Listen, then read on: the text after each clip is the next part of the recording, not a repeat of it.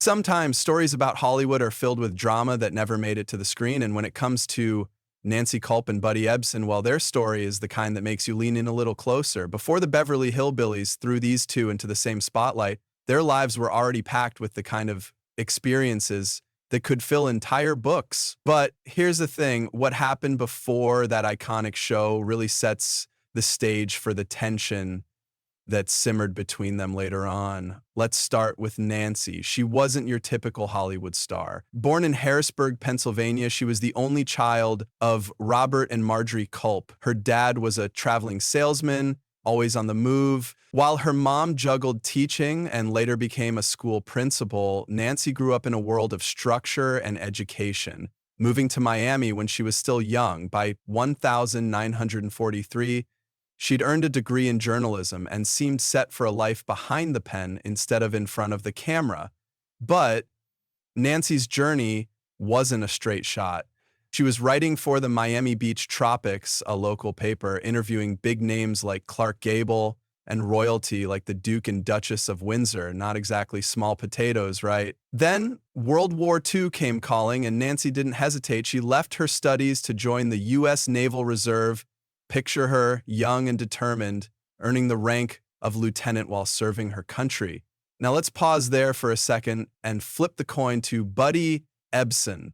He was as different from Nancy as you could get. Born and raised in Orlando, Florida, Buddy dreamed of dancing. When he and his sister Vilma hit the vaudeville circuit, they were billed as the baby of stairs.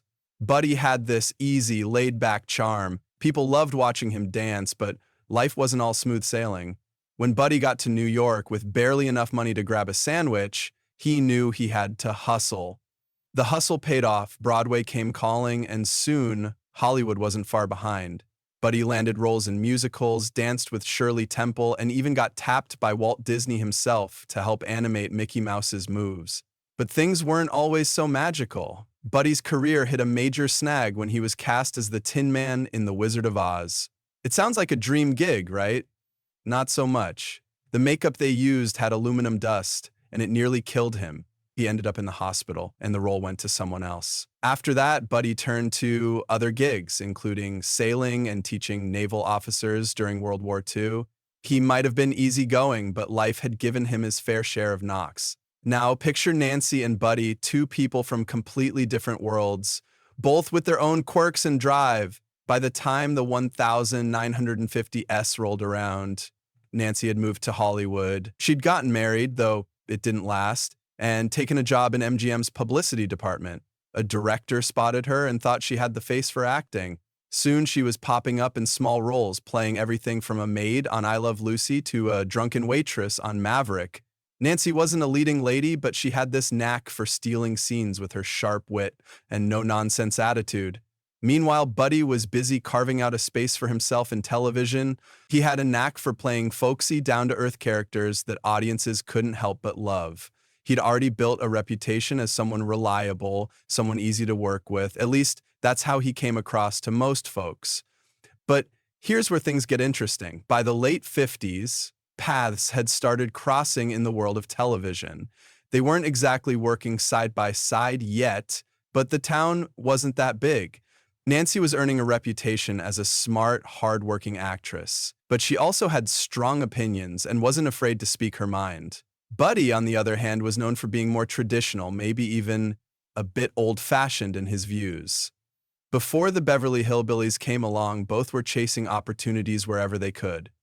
Nancy had a string of guest spots on popular shows. She didn't have the typical Hollywood look, and she knew it, but that didn't stop her. She leaned into her unique style, playing quirky, memorable characters. Buddy, meanwhile, was bouncing between westerns, dramas, and the occasional comedy. He wasn't afraid to take on roles that showed a darker side either, playing villains on shows like Gunsmoke and Maverick. By the early 1960s, both had made their mark in Hollywood in their own ways, but neither of them had found that big breakout role yet. That was about to change, of course, with the Beverly Hillbillies. When the Beverly Hillbillies hit TV screens, it was like a rocket blasting off. People couldn't get enough of the Clampetts. This simple backwoods family suddenly surrounded by Beverly Hills glitz. The show was funny, charming, and a bit ridiculous, and it hooked millions of viewers week after week. At the center of it, Nancy Kulp and Buddy Ebsen. When the creators of the Beverly Hillbillies were casting, they knew they needed someone special to play Jane Hathaway, the efficient, bird-watching secretary who works for Mr. Drysdale, the Clampett's banker. Nancy was a perfect fit. And Buddy? Well, by then he was a familiar face in the industry. His easygoing demeanor and knack for playing wise, fatherly characters made him an obvious choice for Jed Clampett. Jed was the backbone of the Clampett family, a man with little formal education but plenty of common sense. Buddy brought warmth and charm to the role, making Jed someone viewers felt they could trust and root for. When the show premiered, it was an instant hit. People loved the fish-out-of-water story of a family from the Ozarks striking oil and moving into a Beverly Hills mansion. The Clampetts weren't just funny, they were relatable. Their simple ways clashing with the extravagance of Beverly Hills created all kinds of hilarious misunderstandings. And right there in the middle of it all was Nancy Kulp as Miss Jane. Miss Jane wasn't just any secretary. She was smart, loyal, and often the voice of reason when Mr. Drysdale, her boss, got a little too greedy. She genuinely cared about the Clampetts, especially Jed's nephew Jethro. And if you've ever watched the show, you know Miss Jane had a bit of a crush on Jethro. Nancy played her with such a mix of humor and heart that you couldn't help but love her. She even earned an Emmy nomination for the role. Buddy's portrayal of Jed was just as iconic. Jed was the glue holding the family together. While Granny stirred up trouble, Ellie Mae charmed everyone with her sweetness. And Jethro bumbled his way through one wild scheme after another. Jed stayed calm. He was the voice of reason in a family full of chaos. And that catchphrase of his, "Well, doggies," became part of American pop culture. But here's where things get a little complicated. On screen, Nancy and Buddy's characters had a warm, friendly relationship. Off screen, not so much. The tension between them didn't come from their acting styles or their professionalism. No, it was something deeper. Their personalities and, more importantly, their views on the world clashed in ways that couldn't be ignored. You see, Buddy was politically conservative, and he didn't shy away from sharing his opinions. Nancy, on the other hand, leaned more liberal. It wasn't just a difference of opinion, it was a fundamental divide in how they saw the world. Now, imagine working with someone every day who stands for everything you don't agree with. That's what Nancy and Buddy were dealing with. According to other cast members, they'd get into these heated debates, sometimes for weeks on end. It wasn't just light teasing or friendly banter. It was serious. Despite the tension, both actors stayed professional on set. They had to. The show was a massive success, pulling in millions of viewers every week. For a while, it was the #1 show on TV, and its popularity didn't fade easily. People loved the Clamps and their antics, and as much as Nancy and Buddy might have disagreed in real life, they brought their characters to life perfectly. Nancy's Miss Jane became one of the most beloved characters on the show. She wasn't flashy or over the top, but she was relatable. She was the kind of person who worked hard, tried to do the right thing, and always seemed to get caught in the middle of someone else's mess. And while her crush on Jethro might have been played for laughs, there was something sweet about it, too. Meanwhile, Buddy's Jed was the steady hand guiding the Clamps through one ridiculous situation after another. Whether he was trying to make sense of Beverly Hills high society or helping Granny cook up another batch of moonshine, Jed always kept his cool. It's no wonder people tuned in week after week to see what the Clamps would do next. But even with all the success, the tension between Nancy and Buddy never really went away. Some say it got worse as the show went on. It wasn't just politics, it was a clash of personalities. Nancy was sharp, intellectual, and didn't back down from a fight. Buddy was charming, sure, but he could also be stubborn. When those two forces collided, sparks flew. It didn't help that the show kept them in close quarters. As Miss Jane and Jed, they shared plenty of scenes together. And while they might have smiled and laughed on screen, there was an undercurrent of frustration that those who were paying attention couldn't ignore. Donna Douglas, who played Ellie Mae, once said they'd argue for weeks about their differing views. Can you imagine how tense that set must have been? Still, they were both professionals, and they didn't let their disagreements ruin the show. That's not to say it was easy, though. Keeping things civil while working so closely with someone you clash with takes effort. But They pulled it off, and the audience never saw the tension that bubbled beneath the surface. By the time the Beverly Hillbillies ended its run, it had become a cultural phenomenon. People still talk about it today, and its influence can be seen in countless other shows. For Nancy and Buddy, though, the end of the show didn't mean the end of their story. Their differences would continue to shape how they interacted, even after the cameras stopped rolling. Nancy decided to pursue a completely new path: politics. In 1984 years after the show wrapped, she ran for a seat in the U.S. House of Representatives. She was 62 at the time, and while some people questioned if an actress could make the jump into politics, Nancy believed she could bring something valuable to the table. After all, Ronald Reagan had done it, hadn't he? Nancy ran as a Democrat in Pennsylvania's 9th Congressional District. It was a tough race from the start. The district was solidly Republican, and her opponent, Bud Schuster, had already served 6 terms. But Nancy wasn't one to back down from a challenge. She campaigned hard, connecting with people and sharing her ideas for change. Even though she knew the odds were against her, she gave it her all. What she didn't expect was for Buddy Ebsen to step into the fight and not on her side. Buddy, who had no ties to Pennsylvania or the race, volunteered to record a radio ad for her opponent. In the ad, he called Nancy too liberal and accused her of using her celebrity status to sway voters. It wasn't just a disagreement, it was personal. Nancy felt blindsided. For years, she and Buddy had butted heads, but this felt like a betrayal on a whole new level. Nancy didn't hold back when she spoke about it later. She said Buddy had no business getting involved and should have stayed out of it. "He's not the kindly old Jed Clampett that you saw on the show," she said in one interview, clearly frustrated. She also made it clear that while they'd never gotten along, she would have never done something like that to him. You could hear the hurt in her words, even years after the fact. The ad didn't help Nancy's campaign. In fact, it might have hurt it. She lost the election by a significant margin, with her opponent taking more than 66% of the vote.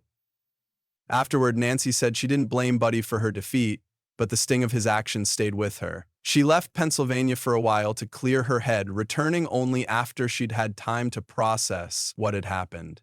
Buddy, for his part, didn't seem to regret his actions at the time. He firmly believed in what he'd said about Nancy and stood by it. But as the years passed, it seems even he started to feel some remorse. Toward the end of his life, he expressed regret over the ad and the way their feud had spiraled out of control. Unfortunately, by then it was too late to fully mend the relationship. Nancy and Buddy had very little contact after the campaign, and when they did reconcile, it was brief. Nancy found solace in teaching, a passion that allowed her to channel her knowledge and experience into something meaningful. She became an artist in residence at Juniata College, a small liberal arts school nestled in Pennsylvania's quiet country. There, she taught acting classes and inspired countless students who came through her classroom doors. Her time at Juniata seemed to mark a peaceful chapter in her life. Away from the bright lights of Hollywood and the turbulence of politics, Nancy found a community that valued her for her insight and warmth. Students later spoke about how much they admired her, not just for her Hollywood fame, but for her dedication to helping others grow. She brought humor and heart to her lessons, making her students feel that the stage could be a place for everyone, no matter where they came from.